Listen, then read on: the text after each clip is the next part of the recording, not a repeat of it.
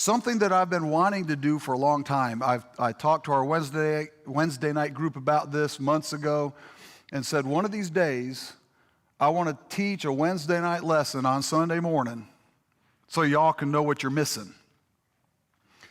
And this one just fit the bill from Wednesday. So that's what I'm doing today. I'm going to show you where we're at on Wednesday nights. So I'm inviting you to open your Bibles to the book of Judges. Some of you go, oh great, we're in the book of Judges. How fun is that? We have a visitor coming on Wednesday nights that just moved into the area and started coming on Wednesday nights. She said, I've been a Christian my whole life. I've gone to church my whole life. I've been reading my Bible my whole life. She goes, I am seeing stuff from the book of Judges I never noticed before. Her words, exact words, she goes, who knew Judges would be so exciting? What we're doing is we're looking at the story of Samson. We're in the middle of the story of Samson right now. And by the way, what's Samson's wife's name? Well, not where we're at. Delilah comes in later, but his first wife, you know her name?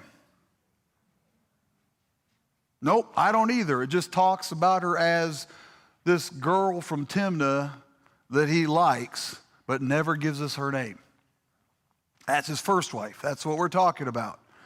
And he had gone down to Timnah, a Philistine town, which he had no business being there. And he sees this beautiful girl, and he doesn't have the guts to talk to her. We're going to see in a minute. That first viewing, he never said a word, didn't talk to her. Goes home and says, I want her for my wife. That's kind of how it was with me and Gila. Okay, it wasn't quite that way. We'd already looked in Judges that Samson was born to be a Nazirite. He was picked by God from before he was born. In fact, before his parents were pregnant, went to the mom and said, the Lord came to her and said, I'm going to give you a son. He's to be a Nazirite, and God's going to use him. I hate to say it, but I believe it's because at that time in Israel, there wasn't a decent man to pick from. It was bad. It was real bad. So God raised up a man who wasn't too good himself, as we see. But I want to start the story in chapter 14. He's now been born. He's a Nazirite. And I want to start in verse 1. I'm just going to pick some things apart as we go through this. Verse 1, Samson went down to Timnah and saw there a young Philistine woman. When he returned, he said to his father and mother, I have seen a Philistine woman in Timnah. Now get her for me as my wife. All right, let's just understand the context. You remember when we talked about hermeneutics, how to accurately interpret the Bible, what is the first thing we do in understanding? What's the first thing in the process? We go back to their town. What did it mean in their town? What was their cultural situation? What was going on? Why would a man go to his parents and say, can you ask her for me? You understand? Can you imagine a guy today coming up to their dad saying, there's this girl. She's really cute. Would you ask her out for me? Now, that's not what's happening here, but why in that situation would he have asked his parents to get the wife for him? What's going on in that culture? Exactly. They did arranged marriages back then. All right, so what is Samson doing in this verse? Letting his parents arrange the marriage? He's arranging his arranged marriage. Right? Y'all see that? Just make sure you're with me on this. Now, we could argue all day long whether arranged marriages are good. My daughters are begging me to do that for them. They're like, just go find one. I am taking applications and dowries.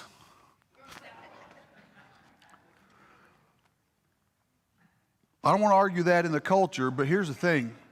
Samson knew what was supposed to happen, and he didn't like it that way. Do you see a tinge of rebellion in there? And even some arrogance? Hey, you go down and get her for me. Samson saw this woman. Where did he see her? The Philistine woman. What's he doing down in Philistine territory? They were wicked people. Let me just tell you how wicked. A little spoiler alert to later on in the sermon is when they do finally get engaged and they go down for the wedding feast, and the custom in Philistine is to have a bachelor party, really is what it is, but he doesn't have any friends down there, so they come up with 30 guys to go be his companions at his bachelor party. He's going to give them a riddle, and when they can't figure it out, they're going to Samson's new wife, and they're going to say this. In fact, let me just, spoiler alert, but it's okay. I want you to see this. It's in chapter 14, verse 15. On the fourth day, they said to Samson's wife, "Coax your husband into explaining the riddle for us, or we will burn you and your father's household to death." You understand what they're saying? If you don't go get the answer, we will kill you and your whole family and burn the house down. And they meant it. So would you call these good people? How many of you want to go visit the Philistines in Timnah? Yeah, not me. But Samson's down there, and he sees something that he wants while he's down there.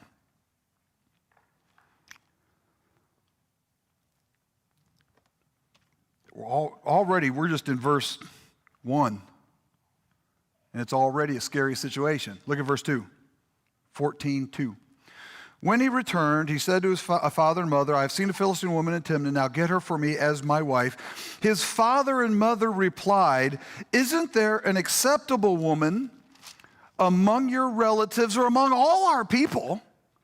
Must you go to the uncircumcised Philistines to get a wife?" It's not about race there. It is about uncircumcised means they have not dedicated themselves to the Lord. They serve foreign gods. They're idolaters. They're unclean spiritually. Like, why would you go there? Now, how many of you agree that his parents should have told him that? So they're good parents, right? Well, I at least told him what he's supposed to do, but then what do? What's the follow-up?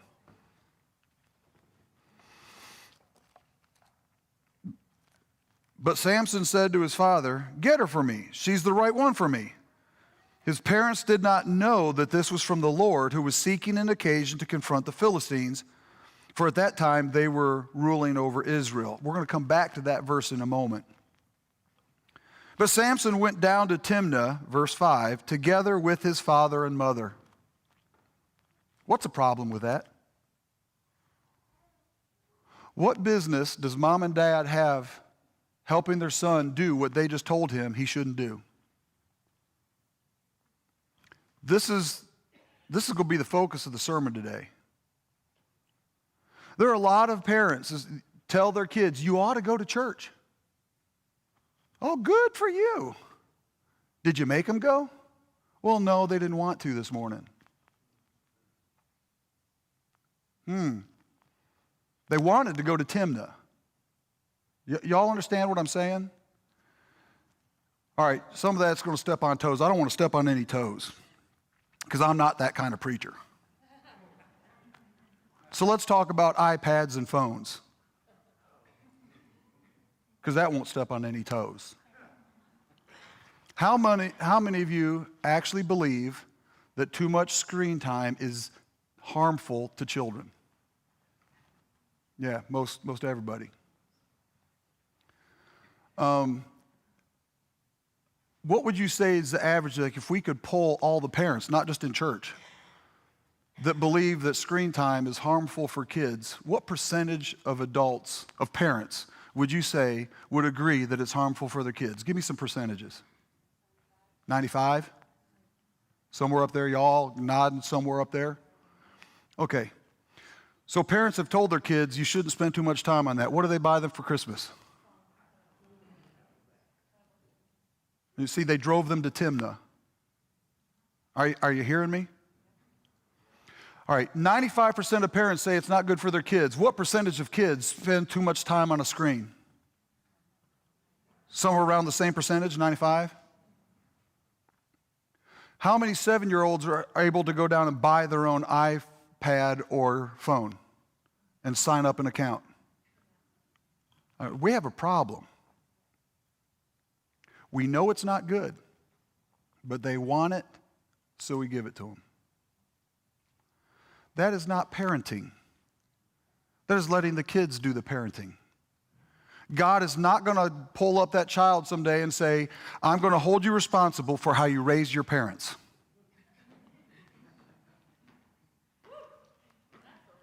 It is a...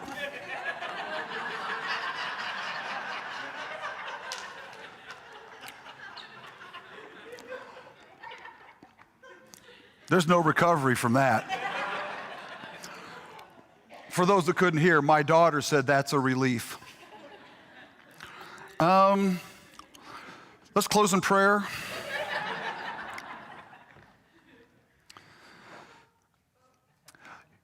Here's what happened. They decided to help their son do what they knew was not right. Let me ask you a question. How is it that a parent could do that?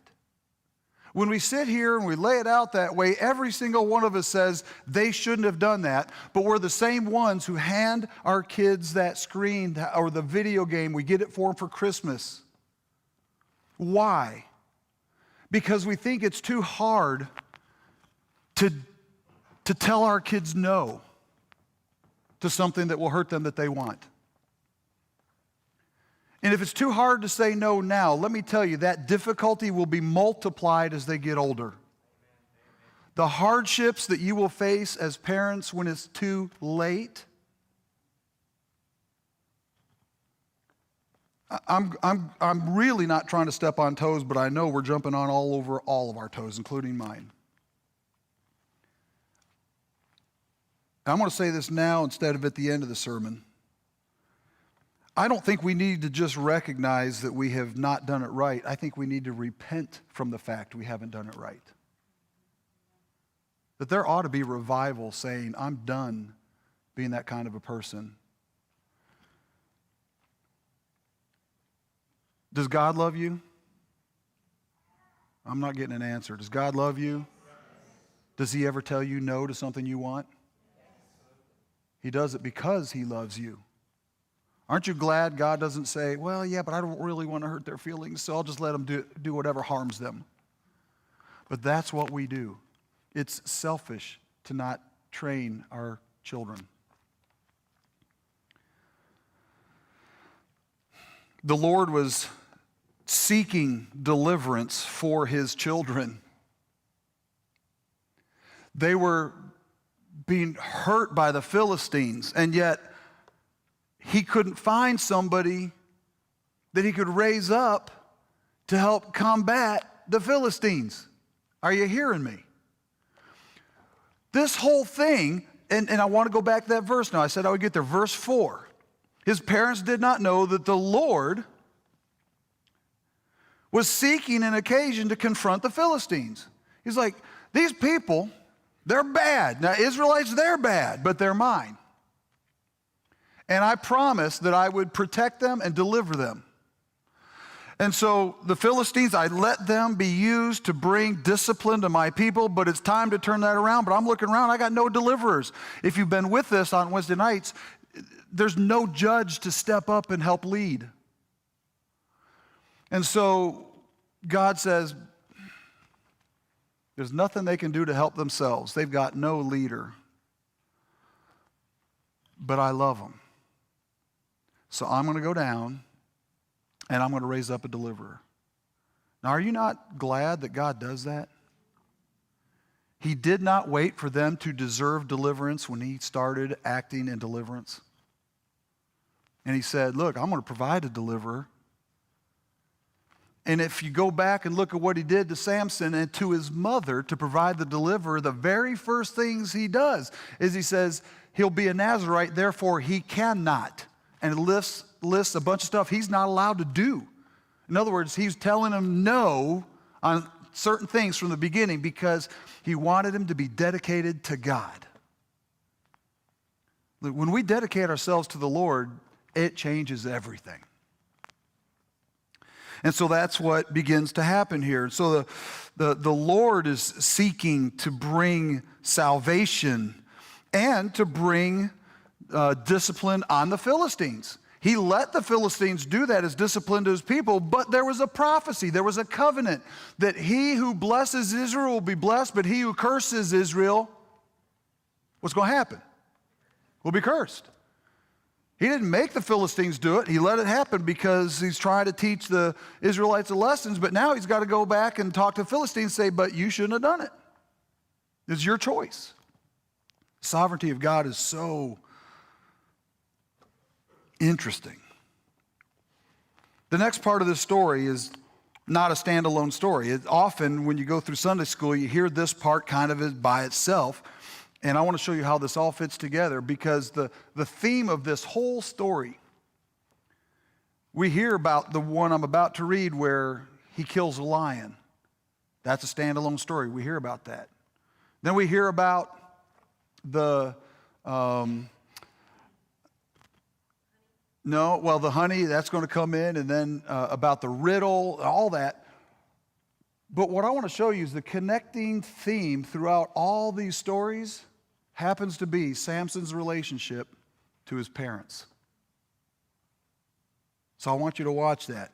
See where that keeps popping up as an important part of what we see. So, starting in verse 5, Samson went down to Timnah together with his father and mother, and as they approached the vineyards of Timnah, suddenly a young lion came roaring toward him.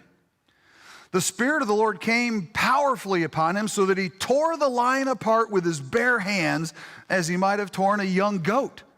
But he told neither his father nor his mother what he had done. Let's stop right there. Very first question that I get asked is, how did his parents not know? That was the first thing that came up in class. Wait, they went down together, and then suddenly a lion comes on him, and he tears it apart, and then doesn't tell his parents. Y'all have a question about that? The Bible doesn't give us all the details, but I think there are a couple simple possibilities. One could be that they were all traveling, and they're going down there together, but not at exactly the same time. It could be. But the fact that he came back and didn't tell his parents, kind of, I'm not buying that one. But here's what I am buying. How many rest stops do they have along the way? Y'all are giggling, but if you got to travel that far, you want a rest stop. So he goes off by himself to do his business. And when would a lion attack? When there's a group of 3 of them or when they're alone? That's right. Makes absolute complete sense that he says, excuse me for a minute, I'll be back. I'm finding a big tree. And he goes up out of the way, and a lion attacks him. Now, I think it's an amazing story, the power that comes on him when the Holy Spirit comes on him, because it says he tore apart a lion like you would if it were a young goat. How many of you here have ever tried to tear apart a young goat by hand? I don't know if I could do that. Makes me think he was pretty strong to start with. You know, if he can tear a young goat apart. But he did that to a lion. And did it so well that when he went back to his parents, they didn't say, whoa, what happened to you? How'd you get that scratch? They didn't even know to ask anything. Side note. When you're dedicated to the Lord and you let him work through you, it ain't you, but it's amazing what can be done through you. You want good stuff to happen, dedicate yourself to the Lord. But what we're going to see is Samson, I believe, though he knows it's the Lord and it's told to us that it's the Lord, he still is proud of himself a little bit for it. We'll get to that in a few minutes. Let's continue with the story. Where am I at? Verse 8? Yeah, verse 7. Then he went down and talked with the woman, and he liked her. Well, the first, wow, he saw her, said, get her as my wife. And then he went and talked to her and said, yeah, I do kind of like her. That's a little out of order from my perspective. I did talk to Gila before she asked to marry me.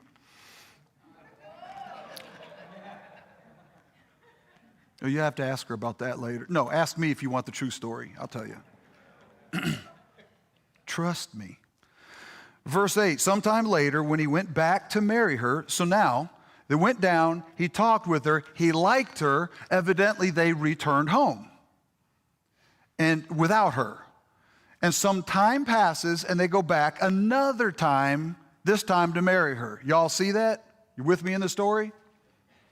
So this is at least Samson's third time down. They went down, saw her, went home, said, we got to get this girl. They go down, he talks with her, says, yeah, I really do like her. Let's go get this girl. And now it's the third time back. What do his parents know about the lion? Nothing. All right, let's keep going. Verse 8, sometime later when he went back to marry her, he turned aside to look at the lion's carcass. Why would he do that? It is like a trophy. That's the word I have in my. You read my notes. No, I was there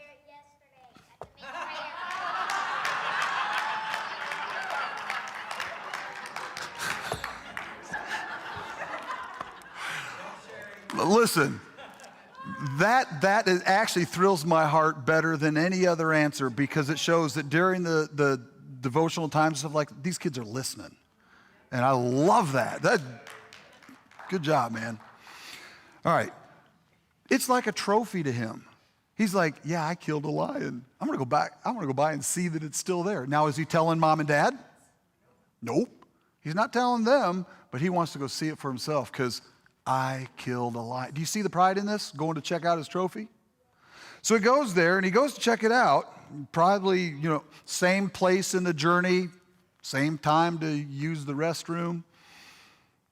Good opportunity. Well, he turned aside to look at the lion's carcass, and in it, he saw a swarm of bees and some honey.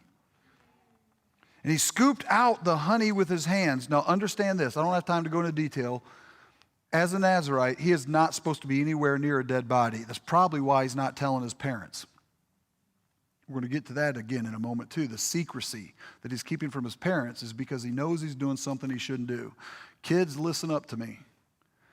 If you feel like you can't tell your parents something because you get in trouble, you ought not be doing it. And you'd be a whole lot better off going to them and saying, I did this or I was tempted to do this. And communicate with your parents. God has given them the responsibility of protecting you.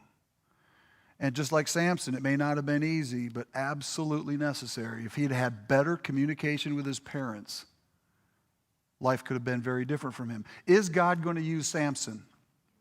Yes. In fact, I'm going to go so far as to say Samson is going to be used by God in such a great way that Samson makes it into the Hall of Faith in the book of Hebrews, chapter 11. And it says of Samson, it lists Samson and a few others, and then it says what they went through for the Lord. That they were beaten and abused and mocked and ridiculed and tortured. And Samson fits all those bills. Said they did it, but God used them. And it's describing Samson and other guys. It says this, and the world was not worthy of them. We can mock Samson or look down on him for the sins that he made. But listen, when it really came to it, he dedicated his life to the Lord, and he did what God wanted him to do, and God can use people who are bad. Let's put it this way, who are not perfect. Aren't you glad? All right, let's get back to this because we're getting towards the end of this. I want you to see this. So the father went down, verse 10. Is that where I'm at? No. Verse 9. He scooped out the honey with his hands and ate as he went along. When he rejoined his parents, he gave them some and they ate it too. But he did not tell them that he had taken the honey from the lion's carcass. Oh, look, I found some honey. Now they're unclean from eating food out of a dead carcass. And he doesn't even tell them. And this is going to get them in trouble. You see the lack of communication. My older brother went through some things and has repented, and I won't go into that story, but here's what he says often, and it's why he's running such a successful Celebrate Recovery program in Toledo. They're running about 100 now.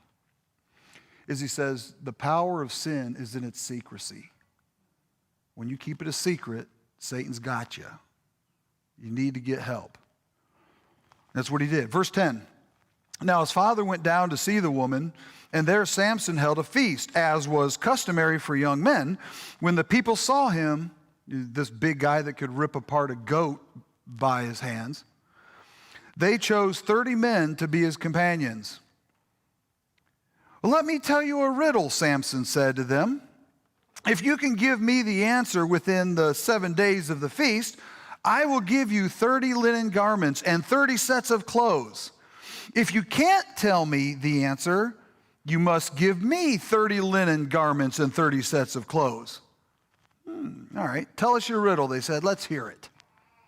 And he replied, out of the eater, something to eat. Out of the strong, something sweet. What is he referring to? The lion and the honey. All right, so who does he not tell about this? His parents. Oh, so he's just humble and doesn't want people to know, right? He doesn't want his authority to know, but he wants all his new friends to know what he was able to do. Arrogance, pride. And they're going to get it. They're going to understand just what Samson is about. Samson thinks, oh, they will respect me if they know how strong I can be. He is trying to win them over on their turf with their principles. As a Christian, that does not work. Young people, listen to me.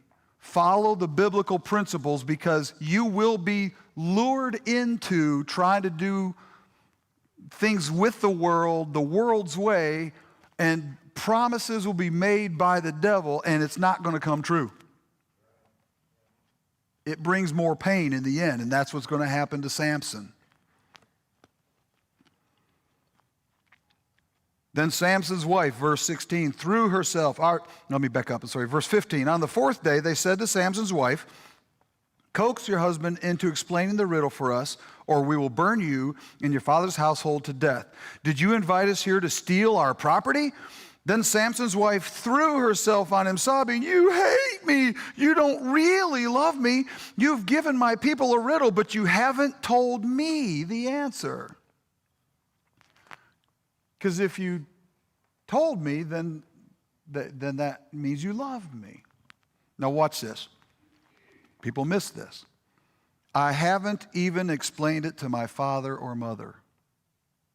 You think that's an important phrase in this passage?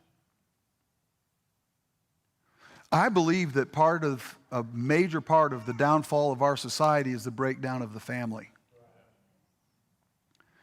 This is not a new trick of the devil. And we need, and I'm going to be honest with you, we need families of father and mother.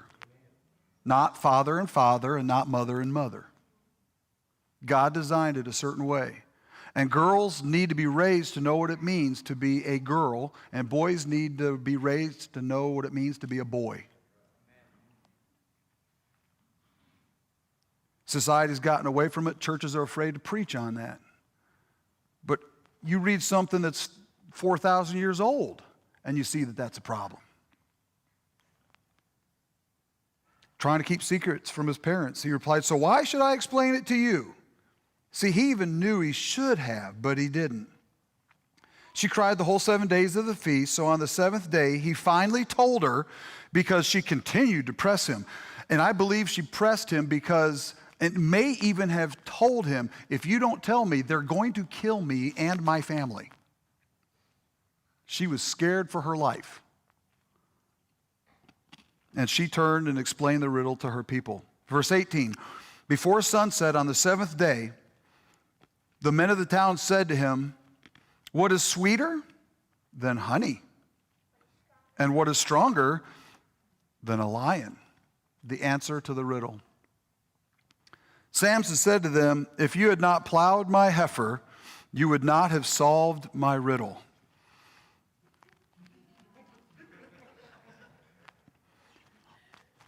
I'm going to show you I'm a big man and not cast any jokes about that. So please do not go back and listen to the live stream of Wednesday's lesson about that, because I wasn't such a big man then. Verse 19, then the Spirit of the Lord came powerfully upon him. He went down to Ashkelon, struck down 30 of their men, stripped them of everything, and gave them the clothes to those who had explained the riddle. Burning with anger, he returned to his father's home, and Samson's wife, watch this, was given to one of his companions who had attended him at the feast. He thought, I'm going to brag with this riddle, and all 30 of these people are going to think the world of me. They're going to be afraid of me. I'm going to be the tough guy. But instead, he's the murdering guy that doesn't get his wife, and his wife goes to one of them. Do you think Samson saw that coming? Satan never tells you what you're actually going to get for following him. He doesn't do it. He wants you to believe it's going to work out well for you. And it doesn't. Now, what's happening here, and I love this, is back to verse 4. His parents did not know that this was from the Lord, who was seeking an occasion to confront the Philistines. What's the goal of God in letting this happen? Confront the Philistines. All right, look at 15, verse 1. Later on, at the time of the wheat harvest, Samson took a young goat and went to visit his wife. He said, I'm going to my wife's room, but her father would not let him in. No, you can't go into her room. She's busy. I was so sure you hated her, he said, that I gave her to your companion. Isn't her younger sister more attractive? Take her instead. Samson said to them, this time I have a right to get even with the Philistines. And that's what we're picking up Wednesday. We're going to continue on with the story and see what's happening. So what do we learn from this story? First of all, God will let you suffer the consequences of your sin. Doesn't he? But even when you're not looking, he'll provide a deliverer if you're willing. Because we have a great God. I also see an example in Samson. Because Samson disobeyed, and his next wife, Delilah, you know where he finds her? As a prostitute. He says, ooh, this prostitute, I want to marry her. He's not learning his lessons. But yet, God uses him. But I think God could have used him in a much different way if he'd have been dedicated to the Lord and said, all right, you raised me up as a Nazirite. You want me to deliver Israel. What do I need to do? How can I serve you? If he'd have been a Joshua or a Caleb instead of a Samson, can you imagine what God could have done through him? Here's why I bring that up. I've had people, even my brother, we've talked about this, who said, well, I think God had me go through all this sin so that I could be this effective in ministry now.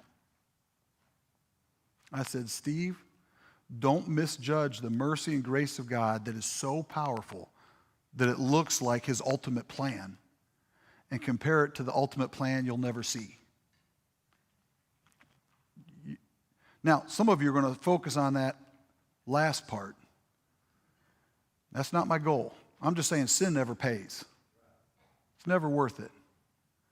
But then I went back and we ended the conversation, but Steve, take a notice how big God's mercy and grace is, that he forgave you so much that he has lifted you up to the point where it even looks like that was the ultimate plan. That's hope. That's wow. That's God is amazing because to some degree, every human being, I don't care how good you are, how bad you've been, experiences some of that. There are some decisions I look back and say, I'm glad I didn't make that those decisions have been worse for me. But I know I've made decisions. If I could see what God could have done with me if I'd have never sinned, but I can't think about that because I'll never know. Here's what I do know. Every time I've repented of my sin, it was worth it. Every time I held on to my sin, it wasn't worth it. Every time that I've gone to God and said I need to be forgiven, He has forgiven me and He's changed things, and the outcome is wonderful. This is what we learn from the story of Samson.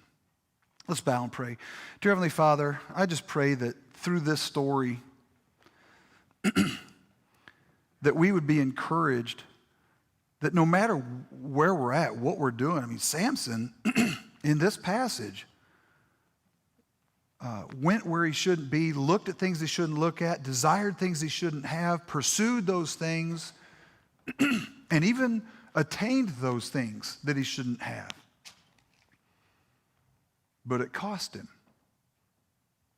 I pray that we would realize that sin never pays. But that even through all that, you can accomplish your will. And eventually in his life, you're going to do some amazing things, and he's going to be known for his faith. The end of his story is one of victory, even in the defeat that he's going to face. Lord, I pray that you help us each to understand how important it is to just dedicate ourselves to you and to repent. But Lord, what I really want us to go away with today is the importance of the parent-child relationship. That there are parents that they know their kid needs to be in church, or they know their kids shouldn't be hanging out with those friends, or they shouldn't be spending that kind of time in that activity. They shouldn't be drinking or smoking that, but they let it happen in their homes because they're afraid to take a stand. And the devil has convinced them that they will lose their kids if they take a stand, when in reality they are losing their kids by not taking a stand. So Lord, I pray that the parents would take this to heart. And I pray for the children that are listening to this. Because I remember the event and the day that I realized the difference in me and somebody else because my parents disciplined me and that kid was not disciplined. And I remember at 5 or 6 years old going to my parents and saying, "Thank you for disciplining me." And that made such a difference the rest of my life when I didn't see punishment as them being against me, but for me. And we need to see that just like the songs that we sang this morning, that you are for us. And yet Hebrews 12 says you are for us by discipline because you want us to improve and to be better. So Lord, I pray that the kids that are hearing this would say, I want my parents to train me to be godly. Lord, if we could see revival in the family, we would see revival in the church, we would see revival in our nation, and I believe we could see revival in the world. But it's only going to come through you. Now, while heads are bowed and eyes are closed, the invitation time in just a moment, Andre is going to sing for us. We're all going to stand and sing. If you're a parent and you're concerned about this, you may have already made mistakes. Maybe as a parent, your kids are fully grown and out of the house. But if you're guilty and you want to repent, He will forgive, and I believe that's the beginning of turning families around. I invite you to come and pray. Maybe some of you have already been through this, and you understand that. You're trying not to, and you just want wisdom, and you want to pray for your kids. I invite you to the front to just kneel before Him and pray and say, God, I ask you to help me be the right kind of father and to have wisdom of knowing how to raise my kids and to pray for your kids. I don't care how old you are, but you might have a problem with your parents. Sometimes I've seen kids just not want to do the right thing because they don't want their parents, quote, to win. That's rebellion. Maybe we've got kids that need to come forward and say, I want to obey my parents.